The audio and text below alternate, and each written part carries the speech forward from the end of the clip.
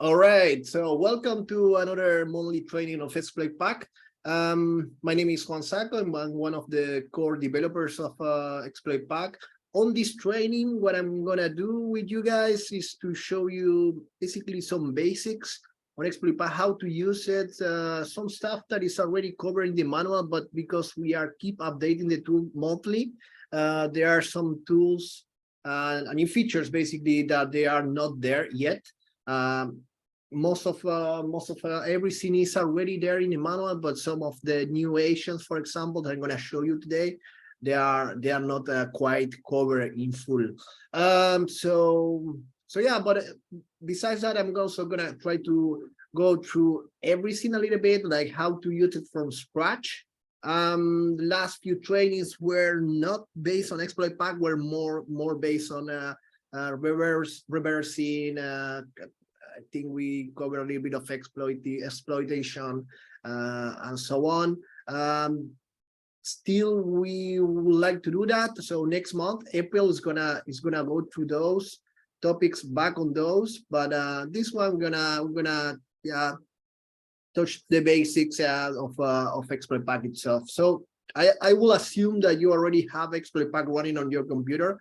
If not, please reach support or go to Discord channel to see if you can have it running. You know already that Exploit Pack, I suppose you know already Exploit Pack is a Java base, it's multi-platform, it's Java base. So basically the whole code. Actually, I'm not sharing the screen, so I'm gonna start with that. So here I have it running. It's multi-platform Exploit Pack, so we will run basically on Linux, Windows, or Mac. It should be the same speed, same behavior, and the code is Java based. So what you need to run Java code, you will need the Java VM. If you go to exploitpack.com, you will find some help on that. We close quickly this so it's more clear. All right, so if you go here on the download, you will find basically a step installation guide on how to install it. There are some quick step-by-step, like step one, you need to download, of course, Exploit Pack, the trial, if you just want to try it. Otherwise, after that, you always have to get the JDK if you don't have it installed on your computer. Then, well, after that, of course, you can just reach the manual and then start yourself. Or if not, if you hate manuals, then you can just try by yourself and see what you can do. Supposedly, if you have some basic knowledge, you should find, yeah, it should be like home for you. It shouldn't be that hard. Still, I'm gonna explain some details, some more complex stuff on Exploit Pack, on how the background, how the backend of Exploit Pack works during this training. But okay, let's cover first the basics. Of course, you do need to have the JDK. So there are different versions of Java, but you need exactly the JDK. One is the same that you will use if you install other tools based on Java, like for instance, Barb Suite, Swan. There are other open source tools, of course, that of course use Java because it's a good multi-platform language. But in any case, you do need Java. Get it from JDK. If you use the open source one, it's basically OpenJDK. You can also use that one, but make sure that you use the latest version of it. OpenJDK. So basically, OpenJDK, basically Java at its core is maintained by Oracle. They have their own release of Java. Is the JDK. This one, JDK 20, is the latest one. So you can get it for Linux, Mac, or Windows. You can also get it directly from the repositories if you are using something like in Ubuntu, like in Debian or something like that. There are several repositories that you can get it from, or you can just get it from here and then get, for instance, this dev file and then choose do dpkg and then install it. Different platforms, of course. This is for Fedora or Red Hat. Or you can just get the tarball and then it's just a compressed archive. If you need it for AutoSec, so click here, and then it will be basically the one you need for x64. Choose get it here, double click it, and then choose go to the installation process of Java. You might already have it installed already. And OpenJDK, basically Kali, Ubuntu, some other Linux distros, they come pre-installed with a version of Java, but it will come with OpenJDK because it's the open source one. It's the same scenario. For instance, in this computer, I have an NVIDIA card, and you can use the Novo drivers. You can use those are open source. They do support my NVIDIA card, but they will not give me all the features.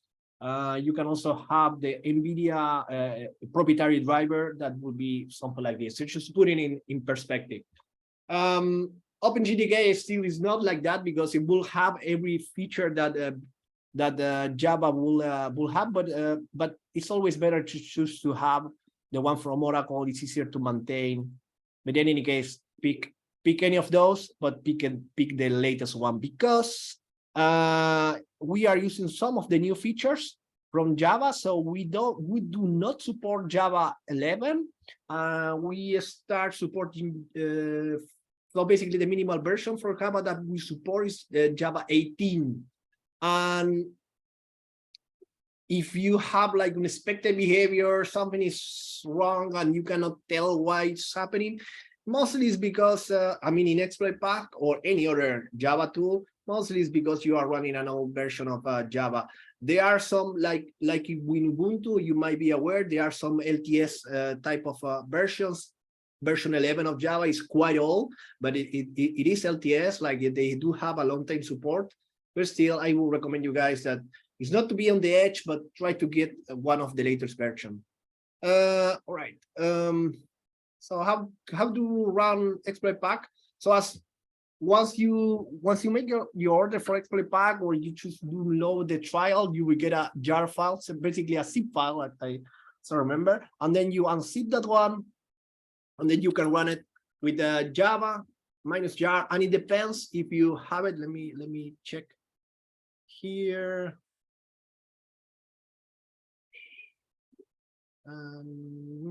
Yeah, so if you get the trial, you will get something like this. And then if you are on Windows, Mac OS X, you can choose double-click the jar file.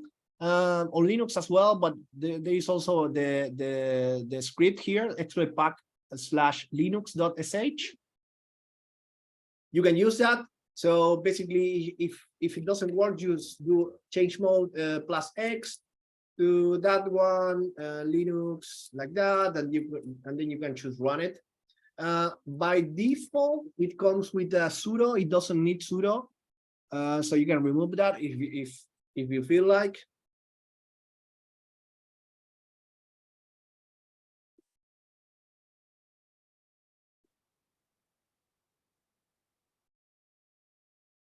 Just like that.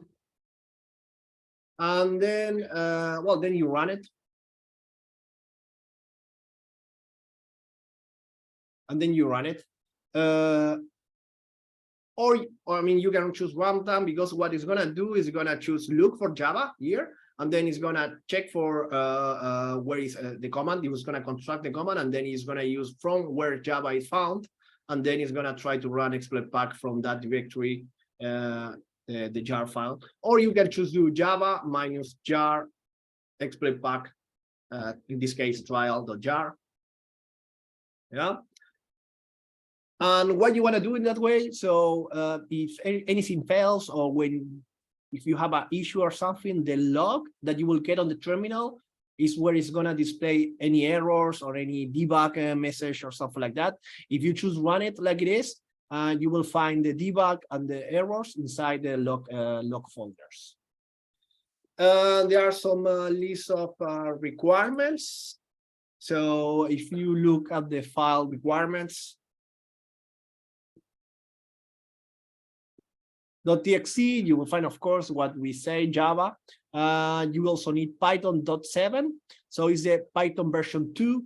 There are two versions of Python that are currently support, Python version 2, Python version 3. We are slowly moving all our Python scripts into Python 3. At some point this year, we will stop maintaining the Python 2.7, and we will choose keep on using Python 3.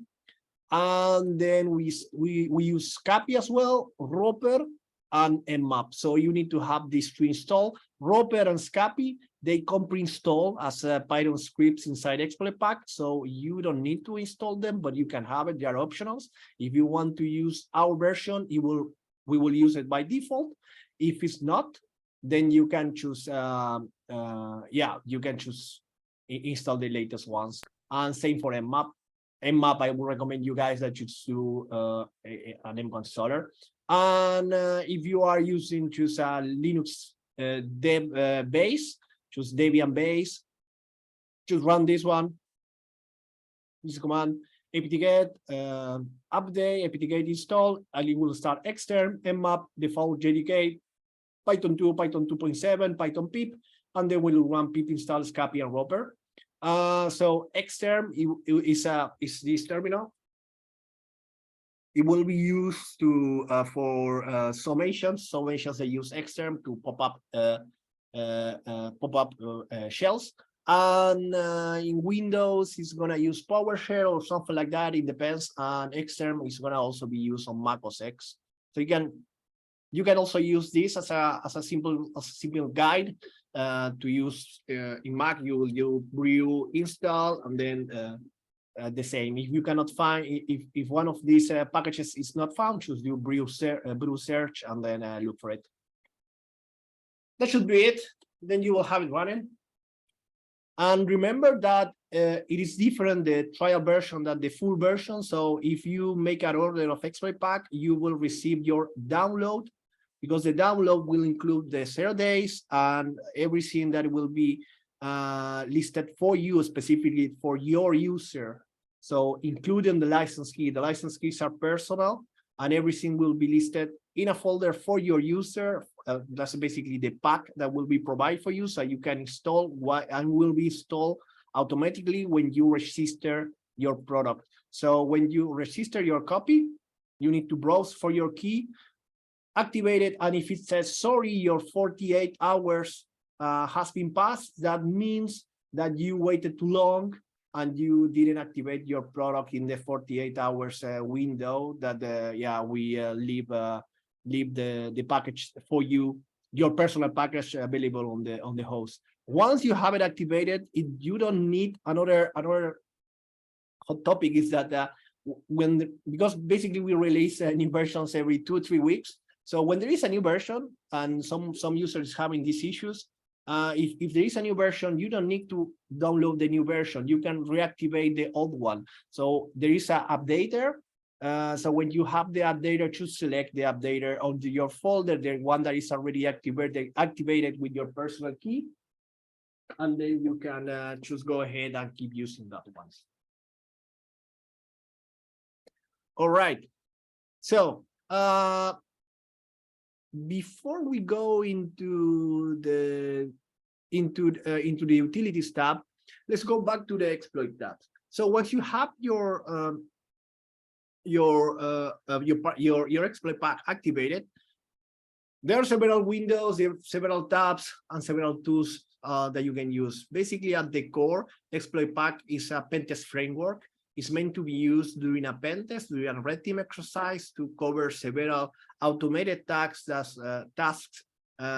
should be, basically it should make your life easier during a red team exercise or during a pen test. Exploit tab. So basically the exploit pack exploits will allow you to basically search for any exploits that is basically public, or develop the new ones, modify those exploits on the fly, and allow you to use, for instance, auto-pound on new targets, discover new targets, and run your exploits that you need on those targets automatically. The exploits, I do not recommend to just go ahead and run any exploit on any target. That it will first if you don't know what you are doing and just try to run an exploit against the target, then most of the cases will either not do anything, or you will crush the target. So don't run an exploit that you don't understand. That's one of the golden rules.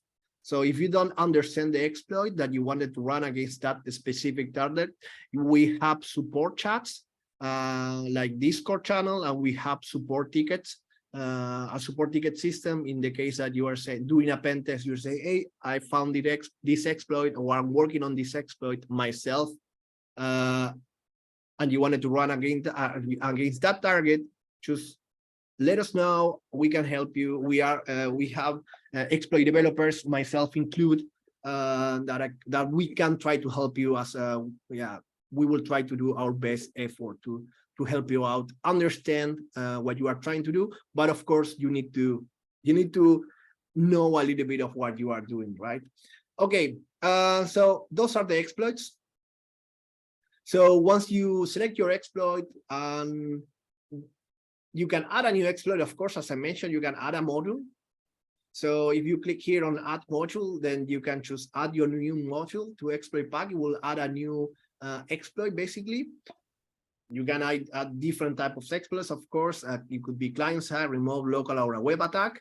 It might be a public exploit. It might seem something that you are creating. And well, you will have a platform that will be the target of that platform. You will have some, or not, as optional, special arcs tested on, ports affected, and basically this was going to happen. And then after that, it will ask you, let's choose, make a test.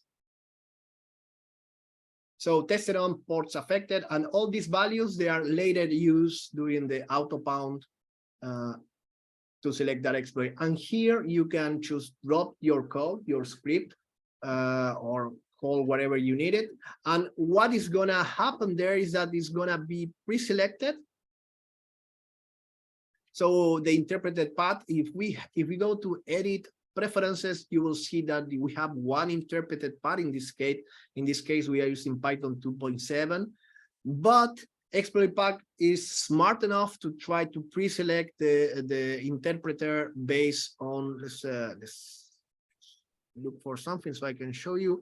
So basically, based on the banner. Oh, that was a good one.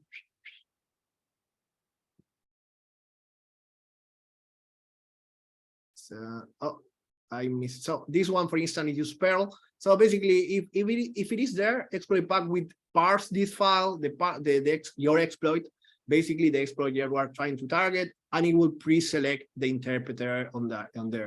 It will choose parse it, and it will choose select the interpreter. If there is no interpreter pre-selected on the exploit, then we'll use the one that you have here.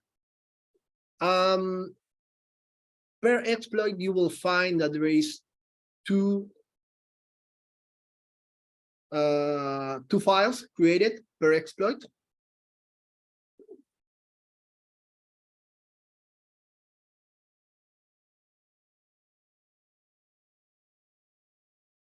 The exploits are in the exploit folder. And here you will have, for instance, this one. This one is called GNU Anubis 3.6. So let's edit that one.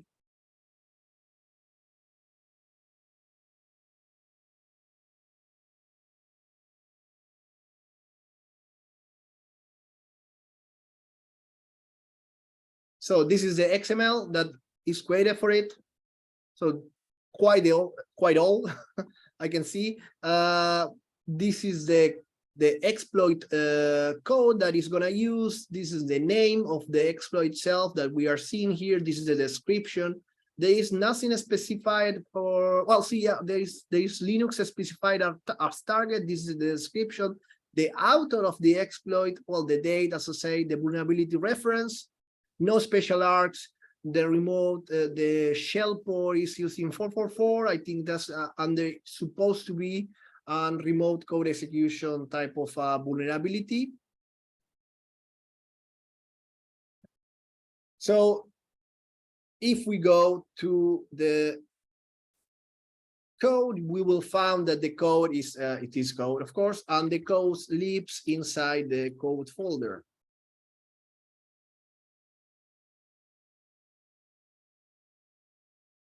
All right, and inside the data folder, of course, is where all the auxiliary stuff, I mean, tools that you can use for the exploits can be called. So if you are into the development of an exploit, you are trying to add something there, and of course, that's how it works. And the target properties of each exploit can be pre-selected here. How you interact with the exploits? Once you get a remote shell of one of the exploit or choose execute code, it will be listed here in modules execution log. It will also go into the logs. And why it goes into the logs? Because then you can choose make a report out of it, or choose have a log of what you were executing in that particular target. If you get a shell out of that exploit, if you are making that exploit, you can try to use one of our shells, so you can choose your own one.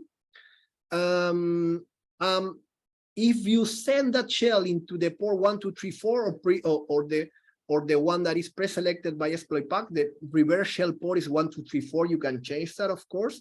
But if you send that shell, it's gonna pop up here into the connection list of exploit pack, and then you are supposed to use this as a reverse shell, because then you can upgrade that shell into one of the agents of exploit pack. That's how the process should work. First, you get the exploit executed. It doesn't matter which exploit. If you get a shell, you upgrade that shell, of course, using 1234 or the port that you wanted to use, and then you send that shell into one of the agents, right? Okay, the exploiting doesn't have to be a remote shell. It could be also a client side, local client side. So it depends. It depends on the type of exploit that you wanted to run. And again, the exploit can be called through AutoPalm. Don't do that if you don't want to crash the environment, or if you want to try it into a lab. But I will recommend you guys that you use AutoPalm when you are really aware of what you are doing. You can interact with the shell code from here or from this console, yeah, from the shell code that you get executed through the exploit, right? Okay, you can also get the shell code from the shell code tab, or you can build your own, of course. Okay, then moving into the utilities tab, here you have scanners. You also have some fuzzers. So the fuzzer, this one, you can use it through the interface here. It's just a simple fuzzer. It's just meant to do some discovering. For this, you need Scapy. It should come pre-installed. And let me show you how it works. So basically, so you can also run it on your own machine. Let's just run it for a few seconds. On my own machine, I will choose run it against the port 631. 631 100 yeah, localhost, and then you can run it as a client or as a server. And basically, you can, if you run it as a server, you can use your custom payload, or client custom payload. If you want to use any type of multiplier, or you can choose start it and you will use random random stuff. Okay, stop it. So what's going to happen is that here is going to log what you run. I choose run a few packets. I choose run a few packets. Then I got sorry, something wrong because the connection was reset by peer. I can choose overrule that, of course, and I can choose keep on running. If I wanted, it might crash the target. Don't do that. And if you are doing it remotely, it means that you either discover something, you get blocked, or there's something wrong with it. It's just meant to be used as a discovery fuzzer. Once you have this, what's going to happen is that you will have the packet sense. If you discover that you crash something and you want to keep up playing with that crash, you can select that one, copy it, and then click on skeleton, and then it will take you to the exploit modules, and then you can you have to save this module, call it your new model, let's say 631 process, blah blah blah, or something like that. I don't know. I don't know what you are debugging in that case. And replace. It will choose replace the packet that you selected. It will take it here, so you will have the packet that is supposed to crash that target, and then you can choose run it and try to reproduce it. And if you want to run it, then you click on auxiliary, execute auxiliary, and it will choose run it. If you want to modify the fuzzer, you can choose modifies here. It's just a simple fuzzer, or you can choose use the interface, and every log will be saved into every packet will be saved into this log. And if you change the target, it will change the name of the log file, of course. Mmap, you know Mmap. You can run it from exploit pack from here, but why do we have Mmap inside exploit pack? Because you can use it as a network discovery tool. So if you are in a pen test, let's say you have exploit pack running inside a network, and you wanted to discover what is on the network, you can use exploit pack for that. Every target will be added into the target machines. So here I have some examples that are added by default, but if you run a discovery inside your network using Mmap, then you will have all your targets listed here. And then from your target, you can choose keep like a notepad for each one and say, okay, this one has been owned. I want to run Mmap on this one again. I want to delete it because it's not useful, or I want to auto pound it directly. Then you have there are a lot of stuff to cover, guys. And if you have any questions of any particular feature of exploit pack, just let me know, because there is so much to cover on exploit pack that I will choose fly on the features, but I want to also cover the Asians. I will take most of the time on the Asians. All right. Let's see, there is a question. Let me see. It's on the chat. There you go. Hi, can I run your exploit pack on a Windows virtual server? Yes, you can run it on any. It will run on any server, so it doesn't matter. Linux server, Windows server, in the cloud. It doesn't matter. So you can. So when you run it, make sure that you select the proper address. Otherwise, exploit pack will always always bind to 0000 as well. So that's important for the Asians. All right, BamBam local is a fuzzer. And BamBam package, it will help. It's basically the same, but with the packages. You can choose run it. You can choose BamBam is from the Flintstones, and is meant to choose as a simple fuzzer to discover. I don't know if you are learning simple stack-based bus overflow. This is a good starting point. And on that note, there are some exercises that you can play. So you can start with these ones if you haven't. Play with buffer overflows. There are the challenge 1, 2, 3, and 4. And then if you are ready, you can do the rob split, rob to win. And of course, if you are into CrackMe's, you can play the CrackMe SHA-1. The exploit. This is one of the old exploit pack challenges from 1 or 2 years ago. Still quite fun to do. And the Dragon Crack, that is basically a game.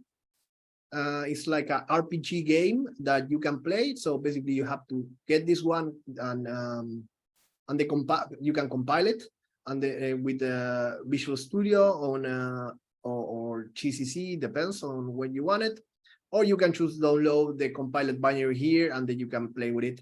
It's like a type of a role-playing game, text-based, yeah, and it's fun to do. It's a dragon that you have to defeat the dragon, and the dragon will fight back with the debugging protections. So that's quite fun to do. All right, but let's go back to the remote control tab, and let me quick cover a few of this. So implants is the one that we are gonna go now, but first, targets I explained already. TCP fuzzer, I went through it. Local fuzzer is similar to the BamBams. that the fuzzers that I explained it, but this one is a bit, this one is a little bit more complex, but as you can see, for the options that you have, you can choose use a de-Brown pattern, lowercase, uppercase. So there are some discovery fuzzers. And then you can choose use the decoder as well. That's always good to have. So let's say, hello guys. So you can choose encoded or decoded. And you will have it here. Let's say you want to decode this, you don't know what it is, you click on decode and it will run it on all the decoders. And if you can see here, you can get it quickly. UTF locator is a good cheat sheet to have with UTF. I used this one to find like a few years ago, this UTF locator to find WhatsApp's crashes. And got a CVE and mention on WhatsApp for it, so it's quite fun to do. There might be other applications that they will fail on UTF, so it's quite cool. Okay, but let's go back to the implants. So once you have an agent running on exploit pack, and there are different type of agents, a shellcode, you always want to upgrade that shell into an agent. So basically, what we have running on exploit pack by default is, as I mentioned, the port 1234 for the shellcodes, but we also have the 4443 for the agent servers, for the HTTPS agent server, and then we also have it running on the 8080. Yeah, so basically we have it on with SSL and without. And we also have for new agent connections on the port 8000. Let me sip my coffee first.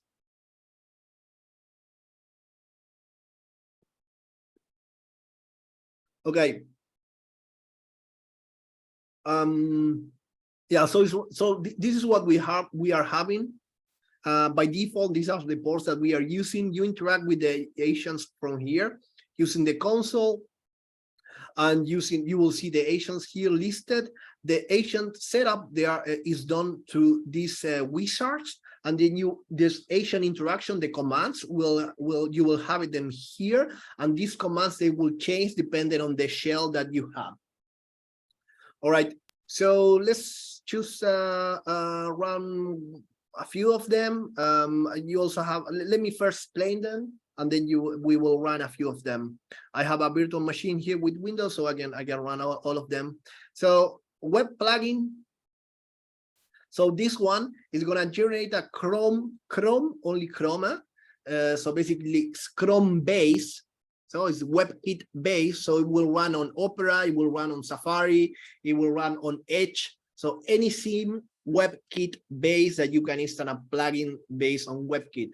And why do you want to have that? Because if you install that plugin on that browser, then you will be able to capture all tabs, meaning you will have a keylogger or anything that the basic is a keylogger, or anything that you wanted to run on that specific browser. So with HTML5, you know that it's not possible to capture anything from the tab, from other tabs, but using a plugin, you can still in 2023. So this is one of the tricks that we can do. And basically what this is gonna do, if you just click on generate a plugin, then you need to go to their desktop and say plugin.zip, and you will have it generated. And if you go to it,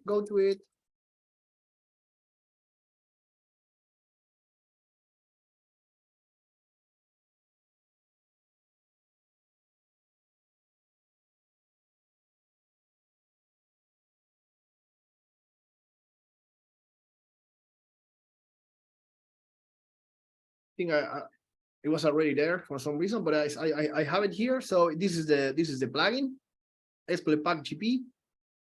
GP stands for Google plugin, of course. So here it is, and here's the agent, and the agent will contain the values that you set here. So basically the server address, this is quite important, is where if one of the members of this training asked, hey, what happens if I have it running on Windows, Windows server? Let's say you want to host exploit pack in an AWS instance, Azure, or something like that. Well, you need to select the public address if you wanted the target to be able to reach your exploit pack instance, of course. This is the port number, and as you can see, it's gonna use this one. It's gonna use the Asian connections, right? So it's gonna go to the basic Asian connections. All right, when you have it there, you install as a plugin in that browser, and you need the users to install it. So there are different ways of installing plugins. This, as you know, you can choose as a user to click on something on the browser, and then they will auto install the plugin, or you can choose, if you have access to the computer, choose pre-install the plugin on that computer, and you will have access to every plugin. Then let's go one by one. PPL DLL. This one is two Asians is one in two Asians in one. So PPL DLL. So first you can select, of course, the server IP address of exploit pack. Where is your exploit pack instance? The port number. So this one is going to use the basic Asians as well. And then you can use the DLL library implant. So basically it's going to inject the Asian of the exploit pack inside a DLL. So then later on, you have to inject that DLL into a process, move it, or yeah, somehow you need that DLL to be executed. Or you can choose, or you can use the DLL plus the PPL bypass implant. This one is going to use the exploits for PPL injection. It's going to jump into protected process light if the exploit is successful, and then run the DLL injected into a PPL, into a protected process like PPL process. And if you have that, there is also some commands that are added into that DLL that will, for instance, there is the command kill AB. You can choose kill the antivirus and so on, because they are, you will have PPL. One in every room. Sorry? You have a question? Oh no, sorry. I was talking to somebody else. All right, can you mute yourself? I will try. Yeah.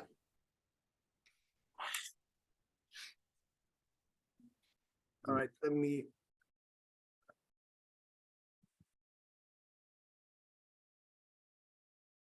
All right.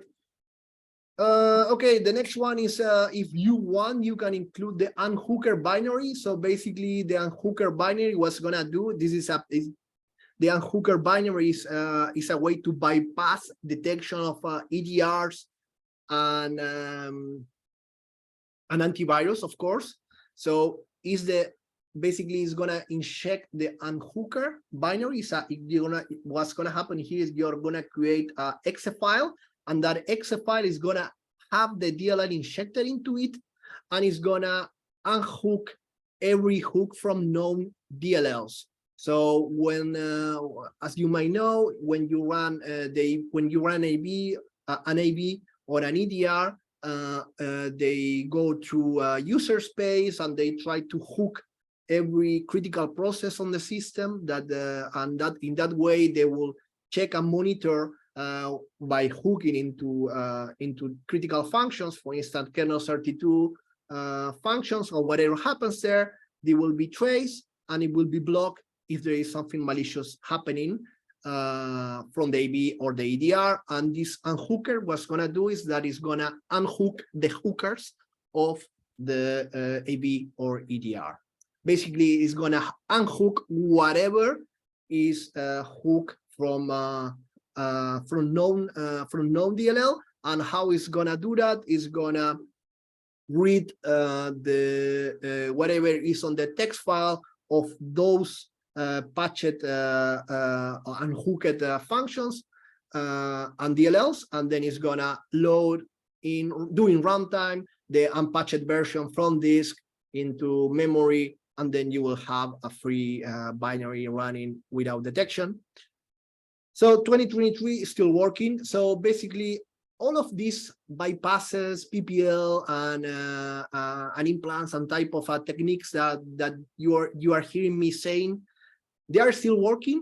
If they change, you will see a new upgrade, a new update on exploit pack. If there is something new release, something new that's or something that is old that is not working, you will see it go. So if there is not there anymore in exploit pack, it means that doesn't work anymore. And if there is something new, it means that there is a new technique going on. If you want to keep up to date, we also have an ideally build of exploit pack, but we test new stuff. So feel free to reach me out if you want to check on that.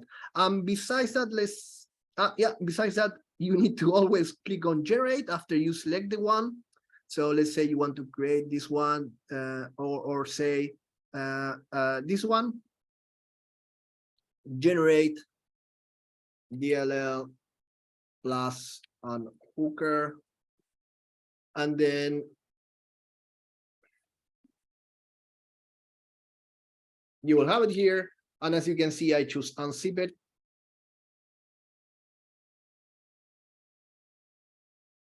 That one, I choose an exe plus the DLL. And of course, you need both. Phishing. The phishing wizard is for Outlook, Gmail, Twitter, Reddit, Facebook, LinkedIn, Instagram, and PayPal. And what you need here, so you cannot choose what it is as it is.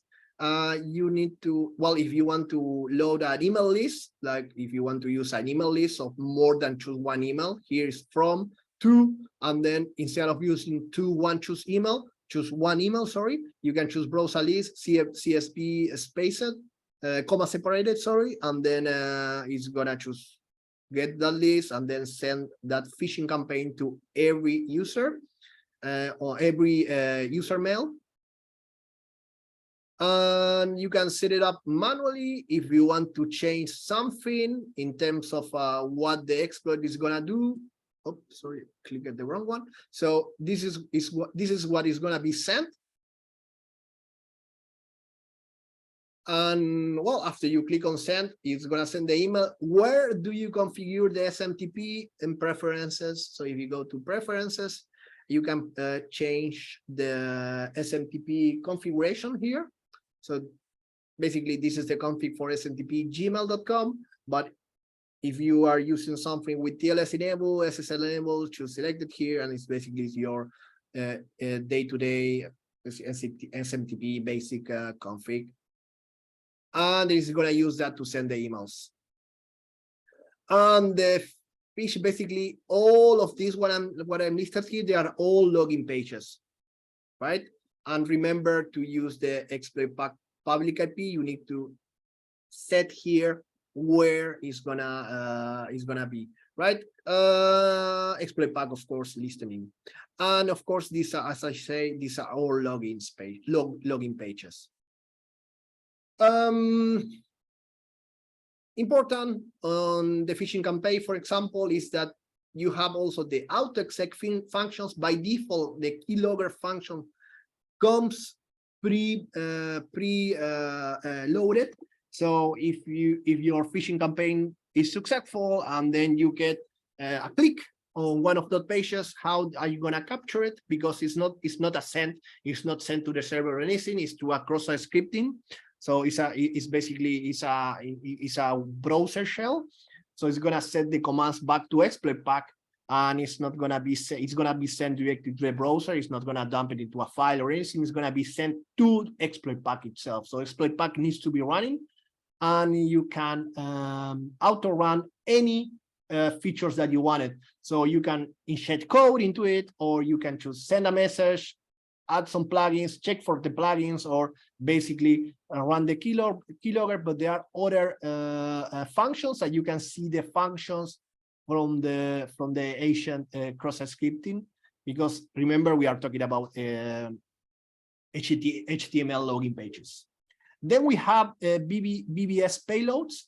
The BBS payloads, they can be sent, they can be used, into Office documents, for example. That's why we still have it, because the BBS payload, and that's described in the user manual. So these BBS payloads, they can be injected into Excel, Word, in the macro functions, or you can choose run them as it is. So always select what's the server IP of exploit pack. You can select some functions to be added into the exploit itself. You can also into the agent itself, or you can choose have one of the your binaries injected into it. So if you want, you can inject another shell into the BBS or something like that. After you are done with it, you can generate, and then you have to save it or make it a stager if you want to use it, for example, in a macro document, right? So let's choose save it. I'm gonna put it into desktop, save, boom. Reverse shell. This one is for Linux, Windows. Let's create one as well. So for Linux, I'm gonna run it on my own machine. And if you want to inject a shell code into it, besides having the Python shell, you can inject it as well. So if you do that, then it's byte array mode, and then you can inject a shell code into Windows. But let's just say Python shell EP, generate code, save to file, Python shell EP. I'm gonna save it on desktop again. Boom, I have it there. And the browser shell,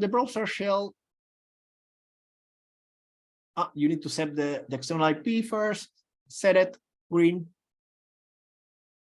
Then as you can see, agent connected.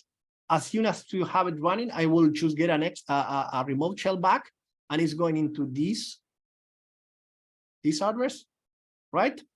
And then on my connection list, I will get the new shell. I will get an audio. Saying remote shell connected. I will also have the commands that I can run on that browser shell, and I can interact with it like that. For example, if I want to, I don't know, get session.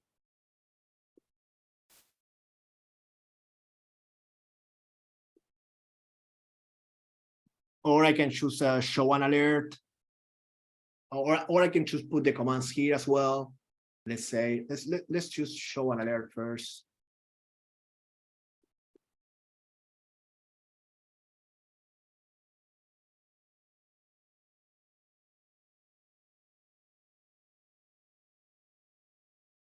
And let's also, and of course for these ones, yeah, there you go. For this one, you can also use the AutoSec.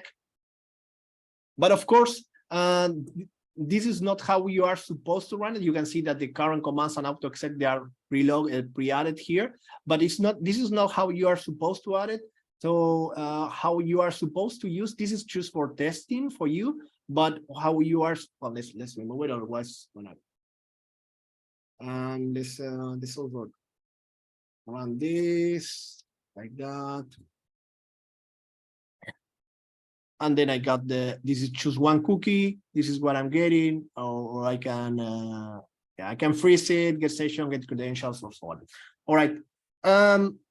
All these commands, they can be AutoSec, and these same commands, they can be added into any shell that it supports the browser shell, for instance, the BBS as well.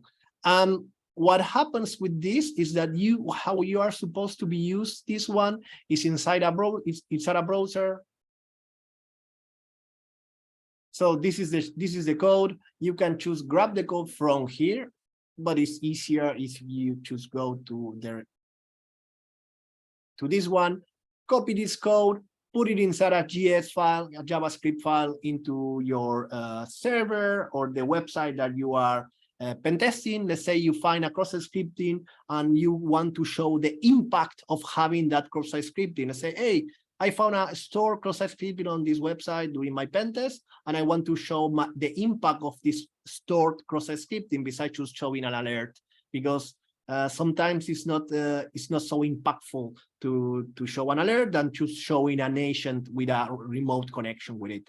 So instead of showing an alert, what you want to do is to inject the code from exploit pack, the GS JavaScript code here.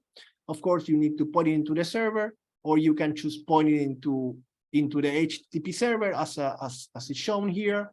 So if you inject, if you send the alert and send it to this one, to this page, of course you need to be able to reach it. Then you will have an agent, of course, and all the agents that you run, of course, will listed here. Let me see if I have a different browser in Firefox. So no. Okay, so let's choose one in Firefox. Connected. Say new agent connected, and you can see I have a different cookie, and now it's for Firefox. Same IP, of course, but fine. All right, let's run a different one. Let's close this. Oh no, sorry. Let's run a different type of shell. Not choose the browser one. Okay, so let's copy.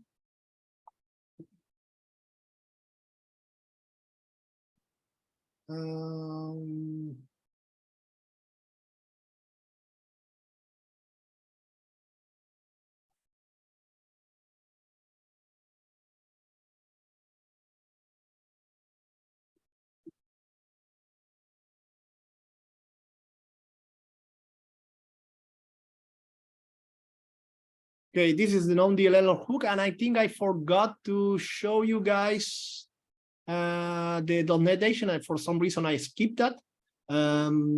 This one is basically a .NET.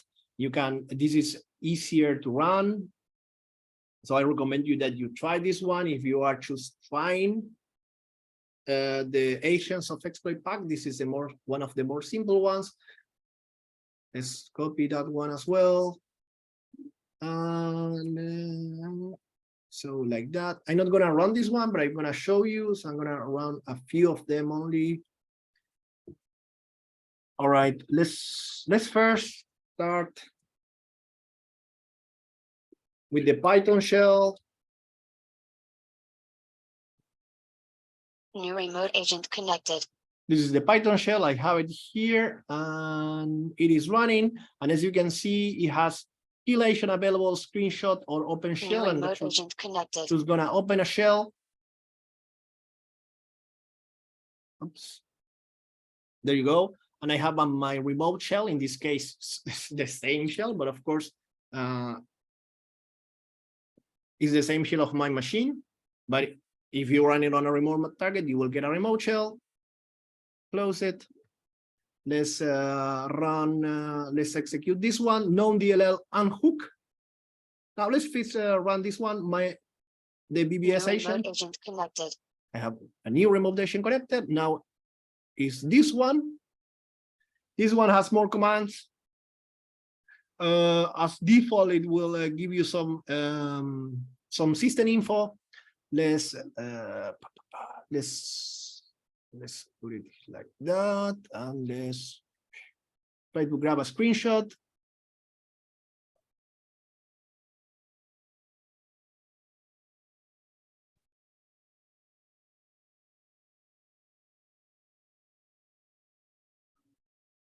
Trying to get the screenshot. That's the screenshot from this virtual machine.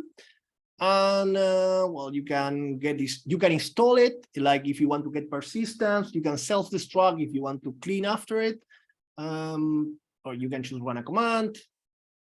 Oops, that's something wrong. Or you can just run the commands here as well. You can say dir. So that's running the command. There you go.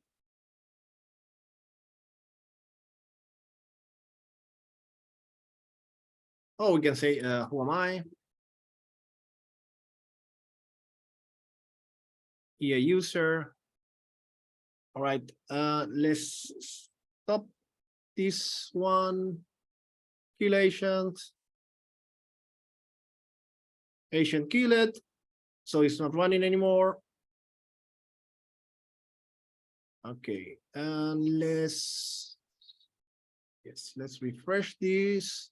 And last, I'm gonna run these other two agents so you can see them running. First, I'm gonna run the .NET agent. This one has a graphical interface so you can see what's happening. And every agent has, I forgot to mention, but every agent is gonna have a config.ep. It's a config file that you can add auto execute commands, but the basic two commands that you need, of course, are the host and the port, right? And same go for the DLLs. So this one is exploitpack.dll. It will also look in the same folder for config.ep. If you want to know what is, you say, hey, but what is the DLL doing? I don't trust your DLL. Fair enough. Compile the DLL yourself. The code is available here under DLL implant. For the DLL implant, the reverse shell is available here. The .NET agent code is available here. The PPL bypass implant is available here.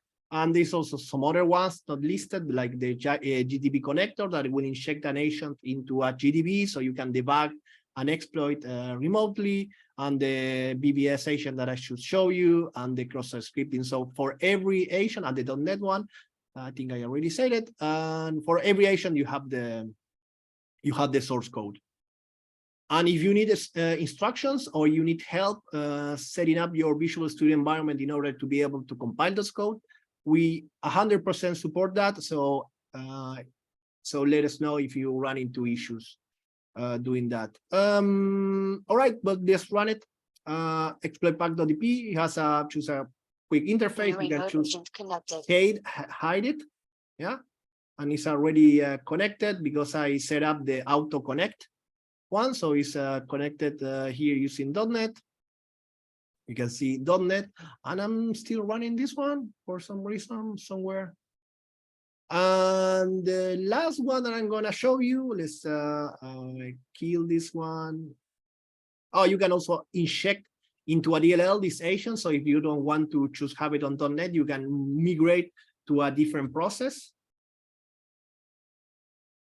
Okay, and yes. And let's run the last one, that is unhook DLLs. And this is basically, this is the binary. Is gonna, when in my virtual machine, I mean, your scenario, your platform will be different, but in my virtual machine, it will look for all the hooked DLLs. I discovered these ones, and then I hooked all of those, because that's what I have listed. I have in my known DLLs, right? And then after that, it's gonna inject the DLL, this one, exploitpack.dll, into the binary after being unhooked, right? So as you can see, I'm running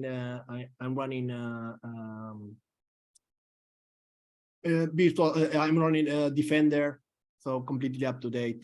It shouldn't be detected. All right, all the agents, all the control, guys. I think we are on time, so I'm gonna stop sharing. I hope it was informative. I hope it was clear. If you have questions of any sort, feel free to ask on Discord, or if you need technical help with one specific topic that you cannot share in the public, let us know on support, and we are always happy to help you. I hope you enjoyed this session, and I will see you again next month on the next monthly training. Thanks, guys, and have a nice weekend. Bye. Thanks, bye.